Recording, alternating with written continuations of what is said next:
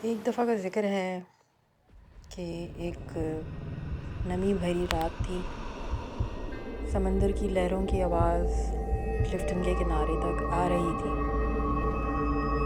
عبداللہ شاہ غازی کی درگاہ ہمیشہ کی طرح روشنیوں میں تھی، لیکن اس رات ہوا میں عجیب بھاری سی خاموشی تھی. درگاہ کے قریب ڈیوٹی پر موجود پولیس کانسٹیبل رشید، اس نے محسوس کیا کہ ہوا خوشبو سے بھری ہوئی، جیسے لوبان جل رہا ہو. رات کے قریباً 2:15 ہو رہے تھے جب زیادہ تر زائرین جا چکے تھے. رشید نے سنا کہ مزار کے اندر سے قدموں کی آواز آ رہی ہے. اسے حیرت ہوئی کیونکہ اندر کوئی نہیں ہوتا جب مزار بند کر دیا جاتا ہے. اس نے واکی ٹاکی اٹھائی لیکن نیٹ ورک کام نہیں کر رہا تھا. رشید اور درگاہ کے خادم بشیر چچا نے مل کر مزار کا دروازہ چیک کیا. دروازہ اندر سے لاک تھا. بشیر چچا نے کہا، بیٹا اندر کوئی نہیں ہو سکتا، لیکن اگر آواز آ رہی ہے تو اجازت مانگنی ہوگی.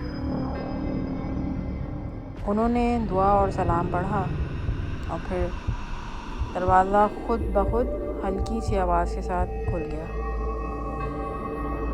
اندر قدم رکھتے ہی دونوں کے پاؤں جم گئے. مزار کے اوپر ہلکی سی روشنی گھوم رہی تھی، جیسے چراغ تیل کے بنا چل رہا ہو. ہوا بالکل بند تھی لیکن چادر خود ہل رہی تھی. بشیر چچا کی آنکھوں سے آنسو بہنے لگے. یہ غازی سرکار. اچانک انہوں نے دیکھا کہ مزار کے قریب سفید لباس میں ایک شخص کھڑا ہے. اس کا چہرہ واضح نہیں تھا لیکن اس کی آواز بالکل صاف تھی. یہ جگہ امن کی ہے، یہاں بدنیت نہیں آنے چاہیے. رشید کا جسم سن ہو گیا. اس شخص نے رشید کی طرف دیکھا اور اسی لمحے لائٹ چلی گئی. صبح جب درگاہ کھلی تو سب حیران رہ گئے.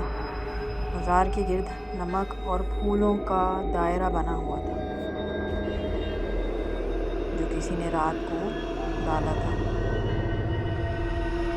جبکہ اندر کوئی نہیں جا سکتا تھا.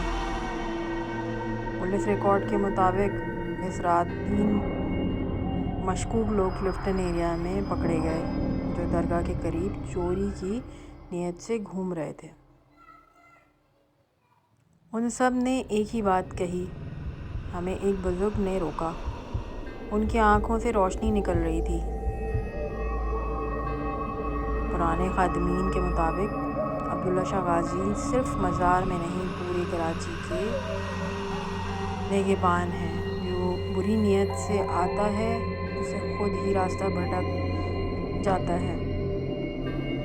اس واقعے کے بعد سے رات کے وقت اندر سے آوازوں، عطر کی خوشبو اور اچانک روشنی کے کئی واقعات ریکارڈ ہوئے. رشید نے اس رات کے بعد ٹرانسفر لے لی. بشیر چچا آج بھی کہتے ہیں، ہم مزار کی حفاظت نہیں کرتے، غازی سرکار خود اپنی جگہ کی حفاظت کرتے ہیں. اور کلفٹن کی ہر خاموش رات میں جب سمندر بولتا ہے، لوگ کہتے ہیں عبداللہ شاہ غازی ابھی بھی جاگ رہے ہیں.